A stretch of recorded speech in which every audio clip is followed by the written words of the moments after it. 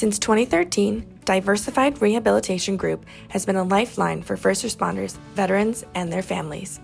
Diversified offers personalized residential treatment for PTSD, post-traumatic stress injuries, anxiety, and depression. The Diversified team brings rich clinical expertise and has a strong understanding of first responders and veterans' unique culture, values, needs, and work settings. Diversified delivers tailored and immersive healing solutions for enduring mental health well-being. For more information, visit ptsdrecovery.ca. Hello and welcome back to another episode of Blue Line the Podcast, a podcast created for and aimed at all members of law enforcement. I'm Brittani Schroeder, editor of Blue Line magazine. Today, I'm joined by Chief Mental Health Officer Derek Sienko, who is a certified police chaplain who holds a master's in military psychology, and RCMP Staff Sergeant Ray Savage, creator of the National Reintegration Program. We're going to be focusing on how first responders return to work after traumatic incidents and the gap that exists between clinicians and their agencies. Thank you both so much for joining me today and talking about this with me. Good morning. Thank you. Welcome. Thank you for having us, Brittani. I'm really excited. Derek, I'd like to start off by asking you a question. And that question is, do you think there's a gap between clinicians and the treatments that they provide and when officers return to work with their agencies? Like, what do you see happening currently?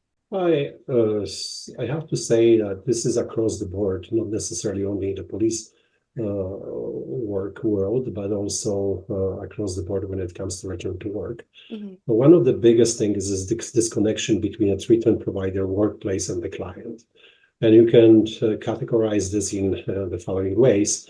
Frequently, clinicians, from the clinical perspective, there's a fear of breaking confidentiality. Like, if I engage in return to work discussions with either the workplace directly or with people who are managing specific return to work planning, would I break the confidentiality? The other one is lack of understanding of the work environment, and that pertains to the work culture, clients' work duties, tasks, available accommodations. For example, are there modified duties available?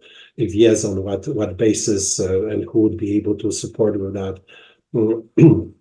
And any available support and any return to work challenges, for example, limited work accommodation due to, for example, shift work or limited staff that can accommodate return to work accommodation in the policing world, would be if you're in a remote detachment. Now, how many people are there, and would they be able to accommodate return to work planning? And also, frequently, clinicians are limited to having a very good understanding of return to work principles or return to work hierarchy. In the return to work world, and I actually described this very beautifully in the book that I wrote on the integrated approach to disability management, when the primary focus of that book is to explain the principles behind the return to work and also the required communication that needs to take place between all stakeholders involved in the return to work planning. From the employer's perspective, when you look about what's missing there, frequently for employers or for those who are bringing individuals who've been off work for a specific period of time, there's a lack of clear return to work recommendations. And this is frequently related to the clinicians' fear how much they can disclose and what is going to be what's going to happen with this information.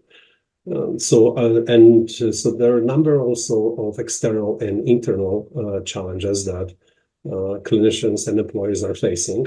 For employers, communications with this provider. Frequently, an employer who is in a process of bringing this employee back to work, whether it's a direct supervisor or individuals who is like boots on the ground, frequently has very limited information when it comes to individuals' limitations, abilities, and a return to work plan.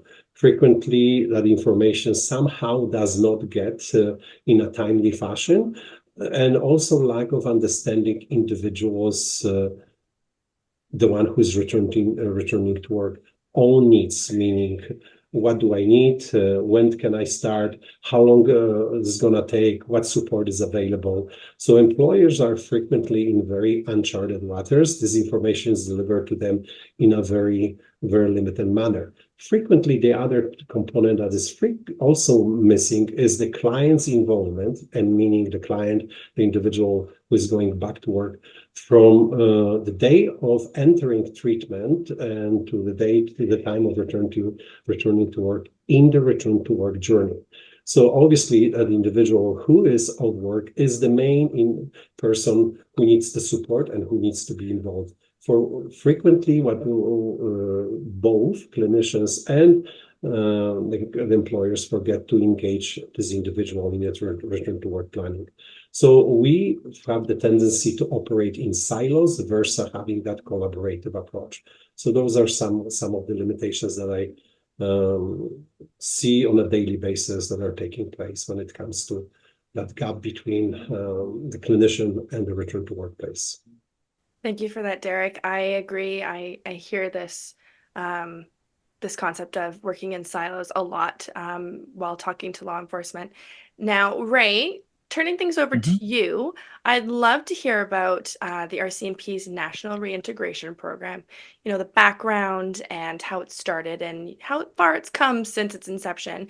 And with that, you know, how the program is starting to close the gap that Derek was just speaking about. Absolutely. In 2015, myself and 5 other members of the RCMP had an opportunity to take the Edmonton Police Service's inaugural reintegration facilitator course.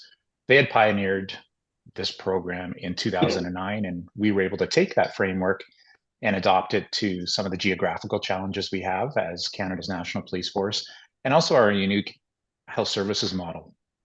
And we began rolling that program out in 2015, in large part because we realized there was a gap at the time in the post-incident care of our members following a major police incident, such as a member-involved shooting or some type of interaction with a member of the public that led to serious injury or death as a result of a police interaction. And we felt we could do a better job in making sure our members were comfortable using their tools again and confident in their skill set prior to going back to operational duty after being involved in these type of incidents. And the biggest gap we found is that in Canadian law enforcement, our members are very well trained to ensure public safety and deal with the dynamics and fluidity of an operational call right up until those precipitous moments. But then afterwards, we often get asked, what now? What happens? So in terms of the kinesthetic pieces to this profession and ensuring that the member is confident and they don't have any major sticking points or triggers in going back to work, we really did address that gap back in 2015 here in Alberta. And that has led to us now rolling it out as a national program, nationally funded from coast to coast. It's fantastic. Now, can you explain a little bit how the program is run and what a member might experience as part of the program? Absolutely. We have a number of different referral streams, and we are closely aligned with our health services, who have a health services officer who's a physician. We have divisional psychologists. We have as well nurse managers and even disability management advisors that can make a referral to us for a member who's been off for an extended period of time, either due to a physical or psychological injury. We have members that are referred to the program through their supervisors or commanders that are returning from a leave without pay, whether due to educational purposes. We also have members that transition from long-term administrative duties back to operational duties. And we even work with members as well returning from suspension. So every reintegration is very unique to that member. If it is major police incident or critical incident based, and we have 5 members involved, for example, we're not as concerned about the event, but more about the response to the event. And what does that individual member need to come back to work? So a very unique part of this program, and I think it is for what's cutting edge about it in law enforcement, is that we provide the control to the member to direct the scope and the pace of their return to work. We're often very regimented from the time we show up at the police academy to when we attend annual training and the mandatory recertifications that are required of a police officer on a basis. Within reintegration, we empower the member to essentially dictate what their reintegration is going to look like. And if they're not sure, we do have a framework to follow as well. That's fantastic. I like how it's kind of, yeah, like you said, driven by the member. How do you currently connect with treatment providers? And on the flip side, how do you hope to connect with them more in the future? That's a great question. And I think that is probably moving forward going to be the most important relationship we have as police officers, is those relationships with medical and mental health providers. And we have a pretty aggressive communication strategy, and we have disseminated educational documents to all mental health and medical professionals that are registered with Medicaid Blue Cross to make them aware of our program. But I think the really desirable model here is the relationship we have with Derek and his team at Diversified Rehabilitation, where we have members that are there receiving treatment. And for the first time, we've had one of our full-time coordinators attend their amazing facility and meet with our members to maintain that continuity of support when they do return to their home provinces, their home detachments and unit. So building that trust with the member and knowing that we're there for the member, we're not there for the organization. And once they are discharged from one of these treatment facilities, that they will have a peer there for them and help them continue that journey back to work. Of course. Now, Derek, kind of bringing things back to you, what do you hope to see in the future with regard to how programs like this work together with clinicians and, get that member ready for service again? Well, collaboration, communication are those main key that comes to play to be very alive during that journey of that individual police officer who's going back to work. There's a lot of uncertainty when it comes from a member, like, is it safe? Can I trust the process? So on the clinical side, we need to make sure that we empower the member to first understand what that collaboration is all about, and approaching return to work as early as we can in a safe and productive manner, and also giving the power, as Ray indicated, to the member, whether they want to be a part of this journey and to what extent.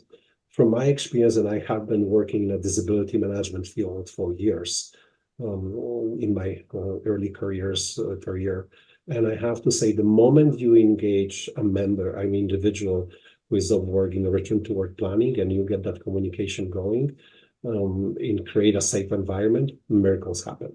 So instead of operating in silos, being on the same page, respecting clients' confidentiality, respecting not releasing any medical information that you shouldn't be releasing for return to work planning, and assisting individual in that return to work journey is the key to success. Now, obviously, you have more than one stakeholder involved. Some the client himself, the clinicians who are helping individual, and the employer. And on the employer side, we have frequently, as Ray indicated, might be a return to work coordinator, a health nurse, or disability management individuals, making sure that the information is there, delivered in a way that they can take that and implement this in a return to work planning.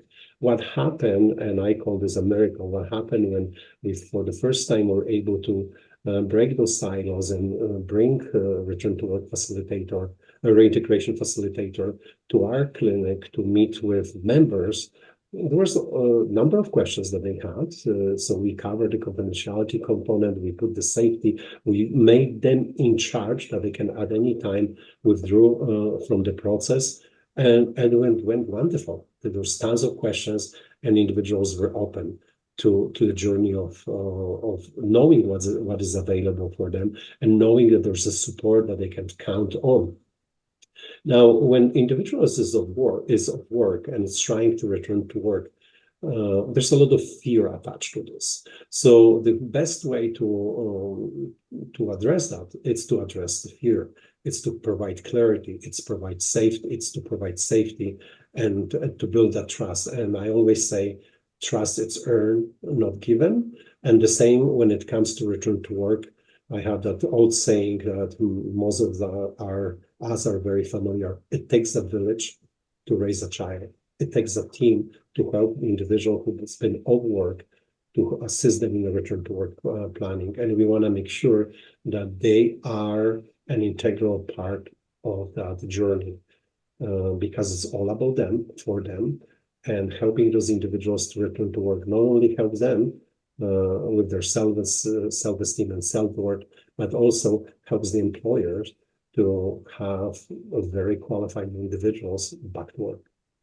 So, Ray, kind of turning to you now, what would you say is a recipe for success in your eyes when trying to get a member ready to return to work after a traumatic incident? I think first off, it's providing that unfettered support and contact to our members and providing as much early opportunities for the member to have time away from work to process what has happened, to engage support networks such as psychologists and counselors, and to disconnect a bit from the workplace while also being connected to the workplace with your peers and colleagues. And I think one of the best ways to do that is to provide as much support on the front end as we can, have our members referred to a mental health or medical professional.